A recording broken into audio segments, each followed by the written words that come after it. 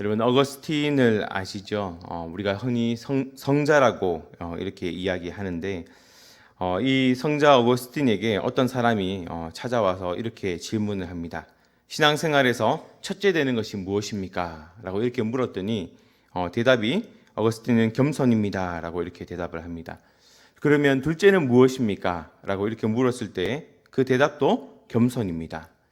그러자 이 질문하는 사람이 그럼 세 번째는 무엇입니까? 라고 이렇게 물으니까 이 어거스틴이 세 번째도 겸손입니다. 라고 이렇게 대답을 했다고 합니다. 이 어거스틴은 천사를 마귀로 만드는 것은 교만이며 인간을 천사로 만드는 것은 겸손이다. 라고 이렇게 말을 했다고 합니다.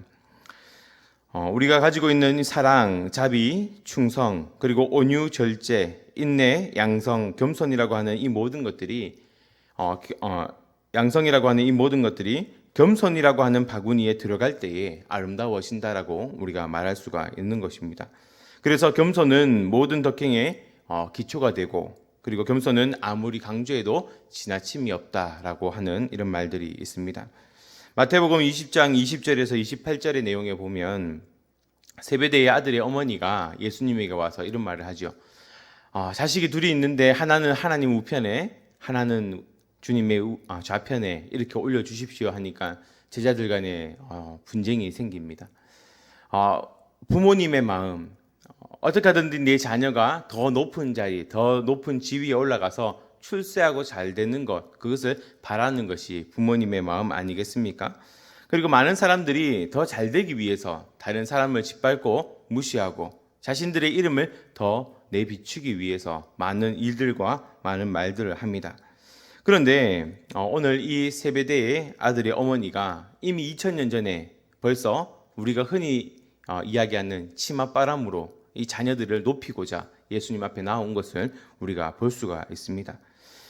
우리의 생각, 우리의 판단으로는 어떻게 하든지 이 선생님에게, 이 주님에게 잘 보여서 이 아들들이 높은 지위에 올라가는 것이 우리는 출세하는 길이고 잘 되는 길이다, 이렇게 우리는 생각을 하겠지만 오늘 주님께서는 그 세베대의 아들의 어머니, 그 어머니의 말과는 전혀 상반되는 이야기를 하는 것을 우리가 보게 됩니다. 마태복음 20장 26절에서 28절의 내용에 보면 너희 중에 누구든지 크고자 하는 자는 너희를 섬기는 자가 되고 으뜸이 되고자 하는 자는 너희의 종이 되어야 하고 또 인자가 온 것은 섬김을 받으려 함이 아니라 도리어 섬기려 하고 자기의 목숨을 많은 사람의 대속물로 주려 함이다 라고 이렇게 말씀하고 있는 것을 볼 수가 있습니다. 주님이 오신 목적은 이들의 말처럼 더 높은 자리, 높은 지위, 많은 것을 가지고 누리기 위하여 온 것이 아니라 오히려 섬기고 종이 되고 낮아지고 연약한 자리에 앉는 것이 주님의 뜻이다라고 이렇게 말씀하고 있는 것을 볼 수가 있습니다. 그러면서 주님께서 궁극적으로 이 땅에 오신 최종의 목적이 무엇이냐? 바로 섬김을 받는 것이 아니라 섬기러 오셨다. 그리고 많은 사람들의 대속물로 오셨다. 이렇게 말씀하고 있는 것을 볼 수가 있습니다. 주님의 참된 섬김의 마지막은 자신을 제물로 내어 드리는 것임을 우리가 볼 수가 있습니다. 많은 사람들이 생각하기를 겸손하면 손해본다 생각을 합니다. 내가 이만한 지위와 능력이 있으면 자신을 드러내고 자신을 나타내어야 자신이 쓰임받고 인정받을 수 있다 생각하는데 오늘 주님께서는 오히려 낮아지고 섬기면 그것이 너의 능력이 되고 힘이 될 것이다 이렇게 말씀하고 있지 않습니까? 섬기면 커지고 종이 되면 으뜸이 되는 것, 어떻게 보면 이해할 수 없지만 주님께서는 이 역설의 진리를 우리에게 말씀하고 있는 것입니다. 낮아지면 낮아질수록 더 높아지고 주변 줄수록 더 많아지고 죽으면 사는 주님의 이 섭리가 우리의 삶 가운데 있을 때에 비로소 우리가 그 주님을 생각하고 바라볼 수 있게 된다는 겁니다. 우리가 억지로 높아지려고 다른 사람들에게 인정을 받으려고 또 영광을 받으려고 재물과 이 영광을 쫓아가지 않아도 내가 주어진 그 자리에서 낮은 자의 모습, 섬기는 자의 모습, 종의 모습으로 내가 섬기고 낮아지면 하나님께서 내게 필요한 이 모든 것들을 채워주시고 공급해 주신다는 것을 우리에게 말씀하고 있는 것입니다. 첨사가 겸손하지 못하고 하나님처럼 높아지려고 하다가 사탄으로 전략되지 않았습니까? 그리고 아담과 하와가 하나님처럼 눈이 밝아지려고 하나님처럼 되려고 하다가 결국에는 그 에덴 동산에서 쫓겨나고 말았습니다. 교만하게 바벨탑을 쌓다가 결국은 무너졌고, 또 바로도, 우시야, 히스기야도, 또 하만도, 느부갓네살 왕도, 베사살 왕도, 결국은 그들의 그 교만함으로 말미암아 그들의 자리가 다 위태해졌고 어려워지고 멸망할 수밖에 없었던 그러한 성경의 내용들을 우리가 생각해 볼 때, 오늘 주님께서는 우리에게 너희가 그 높아지려고 하는 마음, 너희가 더 남보다 낫게 되려고 하는 그 마음이 우리에게는 교만함이요 하나님께서 원하시지 않는 마음이라는 것을 우리에게 말씀하고 있습니다. 그래서 오늘 본문 5절 말씀에 보면 너희 마음에 이 마음을 품으라 곧 그리스도 예수의 마음이다 라고 이렇게 말씀하고 있습니다. 예수님은 우리의 구원자일 뿐만 아니라 우리가 어떻게 살아가야 할지를 가르쳐주는 선생님이시기도 합니다. 그리고 예수님께서는 그 살아가야 될 그 삶의 모본을 그저 말로만, 글로만 가르친 것이 아니라 삶의 모습으로 우리에게 보여주셨습니다. 예수 그리스도 안에 있는 그것, 우리에게 모범이 되는 그 마음, 그것을 품어라 라고 우리에게 말씀하는데, 즉 다시 이야기하면 우리가 품어야 할 그 마음이 그리스도 안에는 있지만 우리에게는 있지 않다라고 이렇게 다시금 생각해 볼 수가 있는 것입니다. 마태복음 11장 29절 말씀에 보면 나는 마음이 온유하고 겸손하니라고 말씀하고 있습니다. 예수 그리스도의 그 본체, 그 본질은 바로 이 마음이 온유하고 겸손함에 있음을 우리가 알 수가 있습니다. 그 뒷절의 말씀에 보면 나의 멍에를 메고 내게 배우라 그리하면 너희 마음이 쉼을 얻으리라 라고 말씀하고 있는데, 이 멍에라고 하는 것은 우리가 흔히 소나 말이나 이렇게 그 일을 할 때 그 등에다가 씌우는 것을 멍에라고 하지 않습니까? 그런데 이 이스라엘 시대 이 사람들은 소 한 마리만 쓰는 것이 아니라 동물을 두 마리를 사용해서 밭을 갈고 논을 갈았다고 합니다. 그래서 한 자리는 나의 자리, 또 한 자리는 주님의 자리가 되는 것이죠. 주님은 우리에게 너희가 혼자서 그것을 지고 가라고 명령하고 있는 것이 아니라 역사적 배경으로 볼 때에 하나는 주님이 메시고 하나는 우리가 메어서 함께 주님과 함께 동행하여 우리가 그 멍에를 지고 갈 수 있도록 주님이 함께하여 주심을 우리에게 말씀하고 있습니다. 내가 주님과 함께 그 멍에를 맬 때에 비로소 우리의 마음은 편안해질 수 있다. 즉 우리가 그리스도 예수의 마음을 배우는 것, 그 말씀을 우리에게 품는 것은 내 힘으로 내 노력으로 하는 것이 아니라 주님이 나와 함께 하심으로 말미암아 그 주님이 가지고 계시는 그 온유함과 그 겸손함을 우리가 받아 누릴 수 있기를 원하고 계시다라는 겁니다. 그러기 위해서는 우리가 어떻게 해야 하겠습니까? 그 주님을 우리 마음에 모시고 그분을 나의 참된 주로 고백할 때 비로소 우리는 그 주님의 마음을 배울 수 있지 않을까 생각되어집니다. 주님 안에 있는 마음은 온유와 겸손이다 이렇게 말씀하고 있는데 왜 주님은 온유와 이 겸손을 가지고 계신가?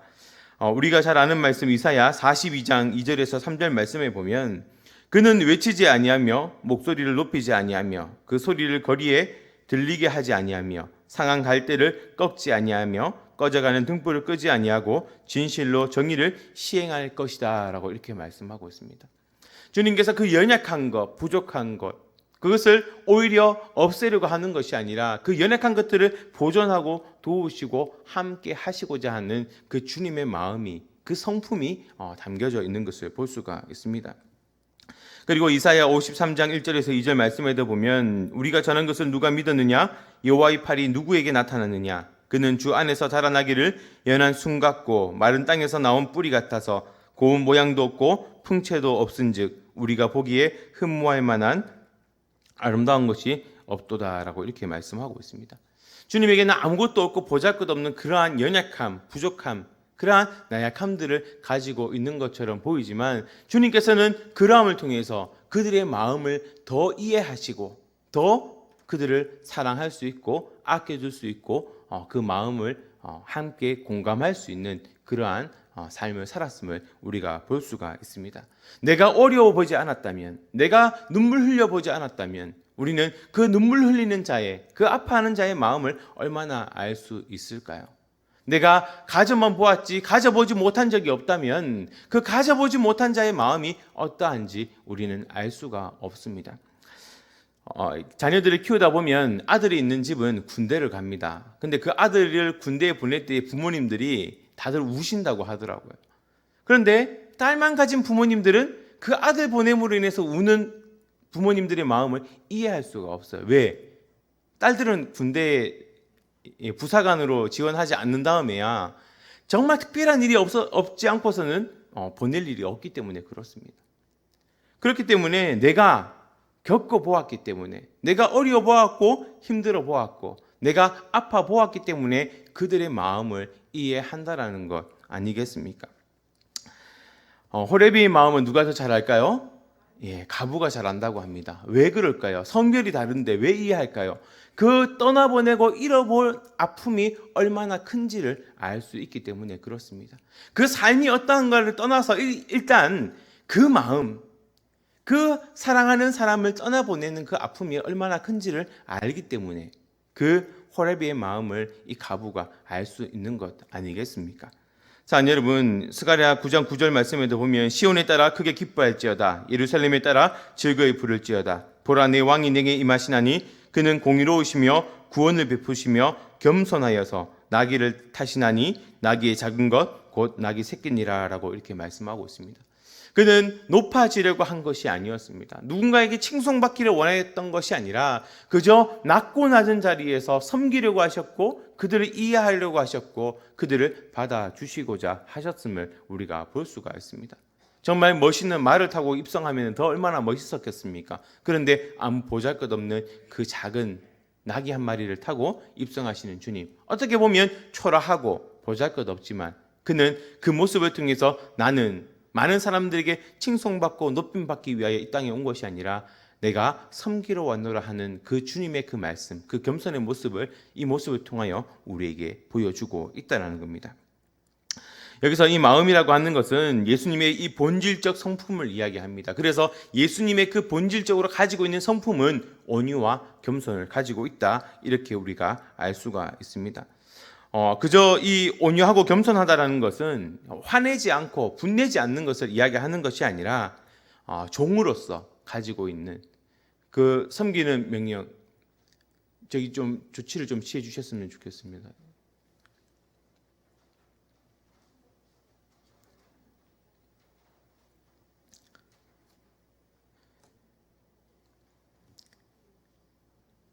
타인을 섬기며 고난을 당해서 타인의 아픔을 안다는 그러한 의미, 내가 종으로서 타인을 섬기고 고난을 당한, 앞서 말씀드렸던 것처럼 내가 그 어려움과 고난을 당해 보았기 때문에 그 상대방의 그 마음, 그들의 어려움들을 이해하고 용납할 수 있는 것을 우리가 볼 수가 있다는 겁니다. 요한복음 13장 15절 말씀에 보면 내가 너희에게 행한 것 같이 너희도 행하게 하려 하여 본을 보였노라 라고 이렇게 말씀하고 있습니다. 예수 그리스도 외에 세상 사람들에게는 이러한 마음의 태도, 이러한 본래적으로 가지고 있는 이러한 성품이 가지고 있지 못하였기에 주님께서는 너희에게 있지 아니하는, 너희가 가지고 있지 못하는 이 온유함과 이 겸손을 예수 그리스도를 통하여 배우고 그 마음을 너희 마음에 품어라 라고 이렇게 우리에게 말씀하고 있는 것입니다. 예수님께서는 이 땅에 오셔서 예수 그리스도의 마음, 그 마음을 배우라고 말씀하시면서 그가 어떠한 삶을 살았기에 우리는 그 모습, 그 마음을 닮아야 하는지를 오늘 6절부터 그 후반절까지 나와 있습니다. 오늘 6절 말씀에 보면 그는 근본 하나님의 본체이시다 라고 말씀하고 있습니다. 예수 그리스도가 하나님 되심을 말씀하고 있는 것입니다. 요한복음 1장 1절에 보면 태초에 말씀이 계시니라, 이 말씀이 하나님과 함께 계셨으니 이 말씀은 곧 하나님이시니라 라고 말씀하고 있습니다. 예수 그리스도가 태초에 이미 하나님과 동등한 한 몸으로서, 한 본체로서 그 하나님 되심을 입증하고 있는 것을 볼 수가 있습니다. 바울은 이 그리스도로 말미암아 하나님 되셨다, 그리스도가 하나님이시고 그 하나님이 곧 그리스도이시다라는 것을 말씀하고 있는 것입니다. 그리스도는 말씀으로 먼저 계셨을 뿐만 아니라 성육신하셔서 이 지상에 계실 때도 하나님의 본체 안에서 하나님과 동일한 그 동일한 신성을 가지고 계셨습니다. 하나님의 이 본질적인 성질, 성격을 나타내는 것이 바로 이 신성인데 하나님의 본체를 지니고 있으면서 또한 육신적인 우리의 몸의 모양으로는 인간의 모습을 가지고 계셨음을 우리가 볼 수가 있는 것입니다. 그렇기 때문에 이 성부, 성자, 성령 이 삼위일체의 이 한 몸 된 한 본체이심을 이룰 수 있는 것이 바로 주께서 신성으로 하나님이 되셨기 때문에 그 삼위일체 하나님으로서의 그 역할을 감당할 수 있는 것을 우리가 볼 수 있다라는 겁니다.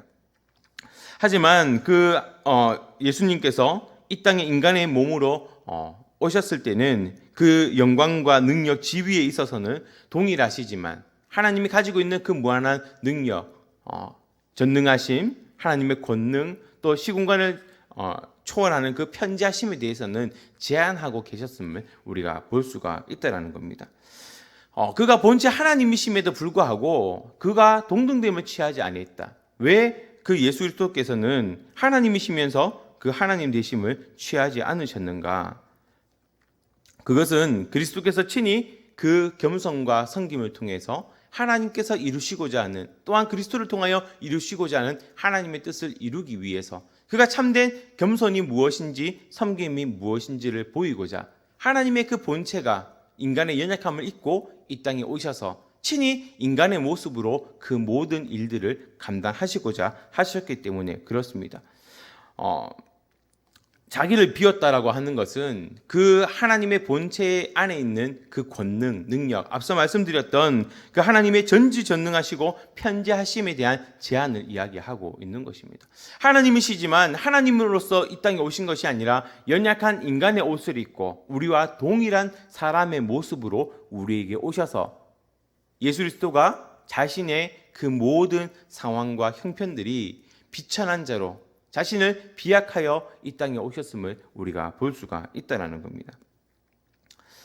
예수님께서는 이 땅에 오셔서 자기를 비우셔서 종의 형체를 가지셨는데 예수님께서는 이 사람의 몸을 입고 이 땅에 오셨다고 말씀하고 있습니다.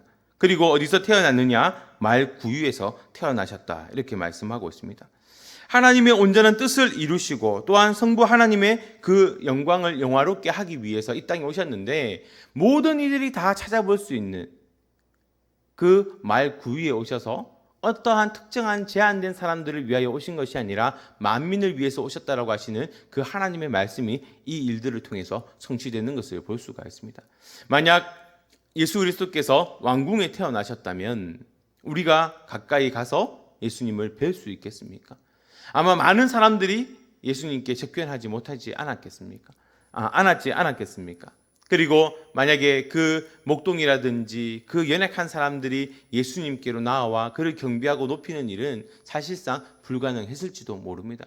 물론 이 동방 박사들이야 자신이 가지고 있는 그 지위와 또 가지고 있는 지식으로 그 왕궁에 방문할 수 있겠지만 만약에 목동들이라면 그 예수님을 찾아와 경배할 수 있었겠습니까? 그래서 예수님께서는 높은 지위와 어떠한 대궐 같은 그러한 집이 아니라 왕궁이 아니라 마구간에서 태어나셔서 연약한 자의 모습, 겸손한 우리에게 다가와 주셨다는 것을 우리가 볼 수가 있습니다. 공생의 기간에도 보면 예수님은 이렇게 고백하지 않습니까? 내가 머리 둘 곳도 없다. 예수님에게는 집 한 칸도 없었습니다. 내 집이라고 하여서 머물러 있을 수 있는 예수님 이름으로 된 명패가 없었다라는 것을 의미하죠. 물론 이 땅에 살아가면서도 많은 사람들이 집을 가지지 못하고 살아가긴 하지만 예수님이 말씀하시는 것은 내가 가지고 있는 것이 없다라고, 내가 누리고 소유할 것이 없다라고 말씀하시는 것을 우리가 볼 수가 있습니다. 그리고 예수님께서는 죽음 이후에도 자신의 몸 하나 뉘어줄 그러한 무덤 한 칸도 없었다라는 것을 볼 수가 있는데 어떻게 합니까? 예수님의 그 동굴도 누군가로부터 빌려서 자신의 몸을 맡겨야 하는 그러한 상황을 우리가 볼 수가 있습니다. 우리가 예수님을 바라볼 때에 이 예수님께서는 이 땅에서 많은 것을 소유하고 가지기 위해서 열심하고 수고하셨다라기보다는 오히려 가지지 못한 자, 연약한 자, 부족한 자 이들을 위해서 예수님께서 오셔서 그들을 찾아가 주시고 그들의 아픔과 그들의 눈물과 그들의 고통을 함께 해주셨던 것을 우리가 볼 수가 있습니다. 많은 사람들이 찾아가지 않고 많은 사람들이 기피하고 함께 하지 않았던 그 사람들을 예수님께서는 찾아가 만나 주셨고 그들의 모든 눈물을 함께 닦아주셨던 분이 바로 주님이심을 우리가 볼 수가 있습니다. 그래서 예수님께서는 이 종의 형체를 가지셨고 사람들과 같이 되셨다라고 이렇게 말씀하고 있는 것입니다. 사람과 같이 되면 어떤 부분이 있겠습니까? 고통이 있습니다. 배고픔이 있습니다. 또 피곤함이 있고 아픔이 있고 눈물이 있게 되는 것입니다. 하나님께서 가지고 있는 그 모든 저 천국에서 누리는 통증도 없고 아픔도 없고 배고픔과 그 우리가 인간으로서 누리는 그 모든 연약한 것들을 누리지 않는 그러한 상태에 살아가던 그 하나님께서 친히 인간의 그 형체, 몸이라고 하는 이 육신을 입고 이 땅에 오셔서 친히 우리와 함께 사람의 모습과 되셔서 우리를 이해하고 우리를 받아들이시고 우리의 그 모든 아픔과 힘듦과 그 연약함들을 이해하시고자 자신을 낮추셨다라는 것을 우리가 볼 수가 있습니다. 예전에도 말씀드린 적이 있는데 저는 그 소설책을 정말 좀 뜻깊게 봐서 개미라고 하는 소설책이 있는데 어떻게 그 소설가가 자신이 개미가 되어서 그 개미를 이해하고자 개미가 될 수 있을까? 하나님께서 어떻게 인간을 이해하고 인간의 그 아픔과 그 모든 사람들을 이해하고 그들을 대신해서 죽기까지 인간이 될 수 있었을까를 저는 매칭하기가 참 좋았습니다. 이 소설가 혹시 크리스찬이 아닐까? 제가 찾아보지는 않았지만 정말 하나님께서 인간의 모습을 입고 인간을 대신해서 그 모든 아픔과 눈물과 고통들을 다 겪으셨던 것처럼 이 소설가가 개미가 되어서 그들을 이해하려고 했던 것처럼 우리 하나님께서도 우리에게 내가 너희의 아픔을 알고 너희의 눈물을 알고 내가 너희의 모든 연약함들을 다 이해한다라고 말씀할 때에 우리가 그 말에 대해서 반박할 수 없도록 친히 하나님께서 그 인간의 형상을 입고 오셔서 우리보다 더 낮고 낮은 자리에 그 십자가라고 하는 죄의 형태를 죽기까지 우리를 사랑하여 주시는 그 주님의 섬김과 헌신을 볼 때에 우리는 그 주님이 친히 우리를 이해하고 우리를 사랑하고 우리를 용납해 주신다라고 할 때에 우리는 그 말을 믿을 수밖에 없는 것을 우리가 보게 됩니다. 하지만 이 예수님께서는 우리에게 살과 피로 또 희노애락이라고 하는 이 감정과 오감들을 다 누릴 수 있는 완전한 인간으로 오셨지만 하지만 그분에게 없는 것이 한 가지 있었습니다. 그것은 무엇일까요? 바로 죄가 없으셨습니다. 그것이 없어야만이 우리를 대신해서 그 죄에 대한 대가를 다 주님이 짊어지실 수 있기 때문에 똑같은 죄인이라면 누가 누구를 대신할 수 있겠습니까? 하지만 하나님께서는 이 예수 그리스도를 통하여 우리의 모든 죄와 허물, 우리가 죽을 수밖에 없는 그 사망 가운데서 우리를 회복시키고 주님께로 돌아키게 하기 위해서 주님께서는 친히 이 땅에 인간의 몸을 입고 오셨다는 것을 우리가 볼 수가 있습니다. 8절에도 보면 사람의 모양으로 오셨다라고 말씀하는데 이 모든 내용들이 다 함축되어져 있습니다. 결국은 자신을 비워서 그 하나님의 본체이신 그 영광을 내려놓고 연약한 인간의 모습으로 오셔서 친히 오늘 저와 여러분과 동일한 그 모습을 통해서 우리의 모든 삶을 이해하시고 출생의 고통과 또 살아가는 그 삶 가운데 겪어야 할 모든 희노애락을 다 누리며 사셨던 주님을 우리가 볼 수 있는 것입니다. 예수님께서는 오늘 우리에게 그 겸손의 극치로서 우리에게 보여주신 것은 십자가의 죽으심을 우리가 볼 수가 있습니다. 자신을 낮추시고 죽기까지 복종하셨는데 즉 십자가에 죽으셨다라고 이렇게 말씀하고 있습니다. 앞서 말씀드렸던 것처럼 이 십자가는 형틀입니다. 죄의 형틀. 죄인이 죽어야 할, 극악무도한 죄인이 죽어야 할 그러한 십자가의 형틀이었는데 주님께서는 그 십자가를 지는 것을 마다하지 않으셨어요. 자기를 낮추셨는 그것을 통해서 자신을 비하할 수 있고 자신의 이름에 오명이 씌일 수도 있음에도 불구하고 예수님은 그 십자가를 지는 것에 개의치 아니하셨음을 우리가 볼 수가 있습니다.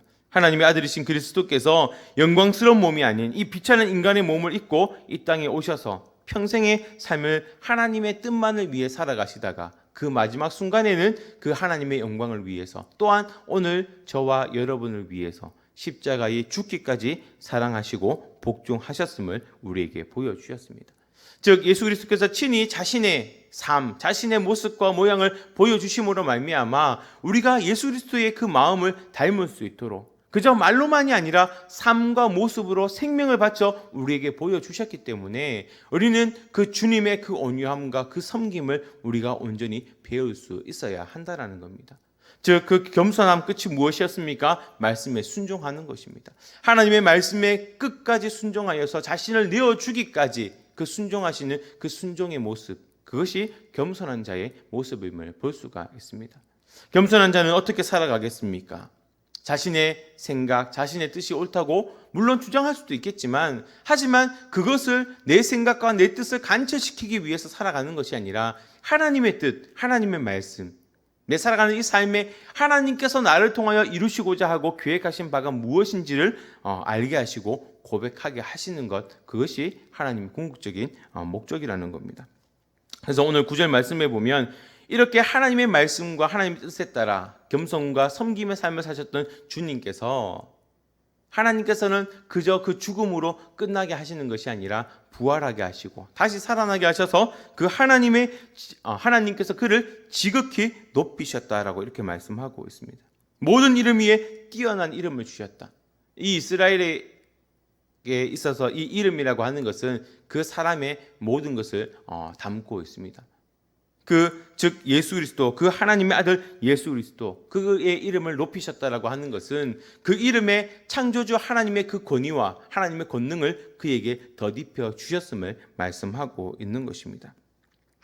사도행전 2장 33절 말씀에 보면 하나님이 오른손으로 예수를 높이시매 그가 약속하신 성령을 아버지께 받아서 너희가 보고 듣는 이것을 부어 주셨느니라. 히브리서 1장 4절 말씀에 보면 그가 천사보다 훨씬 뛰어남은 그들보다 더욱 아름다운 이름을 기업으로 얻으심이니라고 말씀하고 있습니다. 하나님께서 그가 당하셨던, 인간을 위해서 친히 이 땅에 오셔서 그 살아갔던 그 삶과 그 죽음까지도 하나님께서 보시고 그 말씀에 순종하여 다시금 부활하셔서 하나님의 영광에 참여하도록 하신 그 일들을 통하여 하나님께서 예수 그리스도를 높이셨다라고 말씀하고 있는 것입니다. 하나님은 죽기까지 자기를 낮추시고 복종하신 그리스도에게 놀라운 보상이라고 하는 것을 해 주었다라고 우리가 볼 수가 있습니다.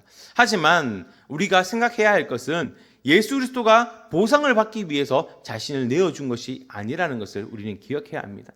내가 섬김의 삶을 살고 온유한 삶을 살고 하나님의 말씀에 순종한 삶을 살아가 그 결과가 하나님의 놀라운 은총을 입은 것이지, 이 보상에 대해서 어떠한 혜택을 받기 위해서 그러한 삶을 사신 것이 아니라는 것을 말씀하고 있습니다. 제가 첫 사역 나갔을 때 그때 이제 교육전도사였는데 사례가 한 40만 원 되었습니다. 11조 떼고 차비 떼고 감사헌금 성경금 이렇게 딱 떼고 나니까 진짜 딱 차비밖에 안 남더라고요. 그런데 하나님이 마음에 이제껏 이렇게 사역자로서 살아본 적이 없고 그저 아르바이트로 몇 개월 이렇게 일했던 것이 전부였는데, 하나님이 마음에 그 모교회도 건축을 하고 또 그 교회도 건축에 빚이 있고 막 이런 마음으로 하나님 마음에 막 이렇게 감동을 주시는 거예요. 그래서 기도하다가 어머니한테 그랬어요. 어머니, 제가 마음에 계속 이런 마음을 주시는데 제가 어머니한테 얹혀 사는 동안 그 동안만 어머니께서 먹는 것 차비 좀 해결해 주세요라고 하고는 그 사례 받는 것에 절반을 떼어서 한쪽에 10만 원씩 10달 동안 이렇게 건축 헌금을 하게 되었습니다. 제가 하고 싶어서 내가 이렇게 해야지라고 해서 한 것은 아니었기 때문에 여러분에게 자랑하려고 하는 것이 아니라, 제가 그 마음 이면에 어떤 마음이 있었냐면, 내가 이것을 다 하고 나면 하나님이 차를 사주시지 않을까 하는 이런 마음이 저도 모르게 드는 겁니다. 버스를 타고 다니는 것이 힘들었어요. 저희 집에서 내려와서 버스를 타고 가는 데까지 빨리 가면 40분, 오래 걸리거나 퇴근 시간이 막히면 3시간도 같은 울산 안에서 이동하는 거리가 되었기 때문에 차가 있으면 참 좋겠다 이 생각이 들었는데, 마음에 그렇게 결정하고 하나님께 헌금을 드렸는데 내 마음에 어떠한 보상을 바라고 하는 이 마음이 저를 괴롭히기 시작하는 겁니다. 이게 처음에는 이제 한두 번 냈을 때는 안 그런데 이게 이제 한 7개월이 되고 8개월이 되니까 이제 다 끝나가잖아요. 하나님 10개월 다 지나고 나면 주시지 않을까 그런 마음이 들었는데, 나중에 딱 지나고 나서도 아무런 일이 일어나지 않는 거예요. 그런데 제 마음에 그런 마음이 들었어요. 네가 무엇을 위하여 그것을 헌금을 드렸는가? 어떠한 나의 바램과 목적을 위해서 하나님께 드렸는가? 아니면 정말 기쁨으로 하나님의 영광과 하나님의 나라를 위하여 드렸는가 하는 그 마음이 저를 아프게 했습니다. 그래서 하나님 앞에 회개하고, 하나님 차를 주셔도 되고 안 주셔도 됩니다. 하나님 제 마음에 품었던 이 연약한 마음을 하나님 용서해 주십시오라고 제가 회개하고 나니까 너무 자유로운 거예요. 너무 마음이 편하고. 그런데 그 사역지가 끝날 즈음 되어서, 제가 그곳에서 3년을 사역을 했는데 3년이 다 끝날 즈음에 하나님께서 은혜로 저희 집이 그러한 형편에서 부모님이 저한테 차를 사주시도록 하나님께서 형편을 만들어 주시는 겁니다. 그래서 3년이 지나고 난 이후에 전혀 생각지도 않았던 그 어느 날 아버지가 저를 부르셔서, 기아가 그동안 고생 많았어, 너 차 한 대 사라 하면서 봉투에 돈을 넣어서 주시는 거예요. 그러면서 한켠 너무나도 감사하면서 하나님께 너무나도 부끄러웠습니다. 내가 주를 위하여 살아가는 그 삶이 어떠한 대가를 바라면서 하는, 하나님이 나의 어떠한 수고에, 어떠한 내가 한 일에 대한 보상으로서 내가 하나님을 믿고 살아가지 않았는가. 오늘 이 말씀에도 보면 예수 그리스도가 그 십자가에 죽고 이 땅에 오신 것이 어떠한 대가, 그 이름을 높여서 온 우주 가운데 그 이름을 높여서 칭송받기 위하여 그가 이 일들을 했던 것이 아니라는 것을 우리가 기억해야 됨을 다시금 말씀드리기를 원합니다. 우리가 살아가야 할 이유는 그저 내게 주어진 상황 가운데 하나님의 명령과 하나님의 뜻이 예수 그리스도를 통하여 우리에게 주시는 그 참된 온유함과 섬김을 통해서 내가 주의 말씀에 순종하여 그 뜻대로 살아가는 그 삶을 살아가는 것이 우리에게 주어진 당연한 의무이자 우리의 삶의 목적이라는 겁니다. 다만 하나님께서 그런 삶을 살았더니 하나님의 은혜로, 하나님의 긍휼하심으로 우리에게 상을 베풀어 주시고 복을 주시는 것이지, 하나님께서 어떠한 대가를 받기 위하여 하는 것이 아님을 우리는 기억해야 할 줄로 믿습니다. 하나님께서는 이러한 예수 그리스도를 하늘에 있는 자들과 땅에 있는 자들, 땅 아래 있는 자들에게 모두 무릎 꿇게 하시고 칭송받게 하셨습니다. 그저 하나님의 말씀대로 명령대로 순종하여 따랐고 헌신했을 뿐인데, 주님을 위해서 자신을 드렸을 뿐인데, 하나님께서는 이 예수 그리스도를 높이셔서 하나님의 본체를 회복하게 하실 뿐만 아니라 저 하늘의 스랍들과 천사들과 또 땅 가운데 살아가는 우리의 모든 삶, 그리고 땅 아래에 있는 저 사단들과, 그리고 이미 죽어 죄의 심판을 받은 그 모든 자들까지도 다 그리스도 예수 앞에 엎드려 굴복하게 하시고 주가 그리스도 되게 하심을 우리가 목도하게 되는 것을 볼 수가 있습니다. 사랑 여러분, 오늘 우리의 마음은 세상 가운데 높아지고 많은 것을 소유하고 많은 것을 얻기를 원하는 그러한 삶들이 우리의 가치관에 깔려져 있습니다. 늘 1등을 해야 하고 최고를 해야 하고 많은 것을 가지고 누려야지만 잘된 삶인 것처럼 우리는 우리를 속이고 있습니다.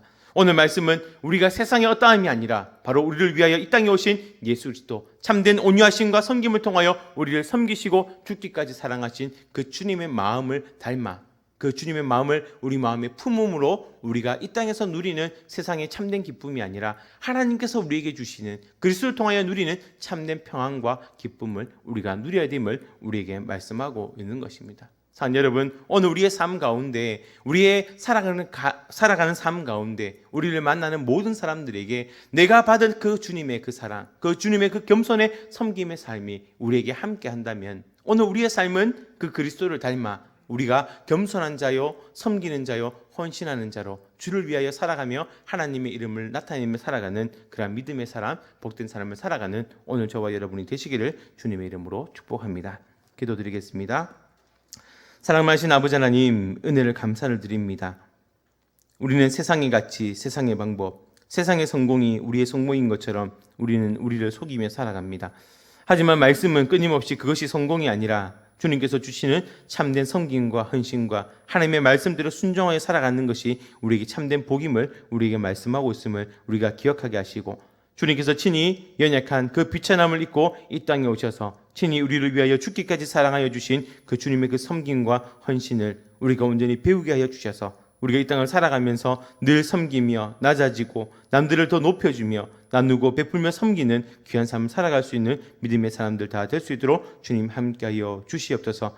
우리가 주님을 믿지 않고서는, 아버지 주님을 우리 마음의 참된 주인으로 모시지 않고서는 그렇게 살아갈 수 없음을 우리가 깨닫습니다. 아버지 하나님, 주가 우리의 참된 주가 되시고 우리의 무릎을 꿇어 주님 앞에 엎드리게 하셔서 오직 주님만 높이며 주님께서 우리 참된 주가 될 수 있도록 믿음의 삶 살아갈 수 있도록 주님 함께하여 주시옵소서. 감사를 드리옵고 거룩하신 예수님의 이름으로 기도드리옵나이다. 아멘.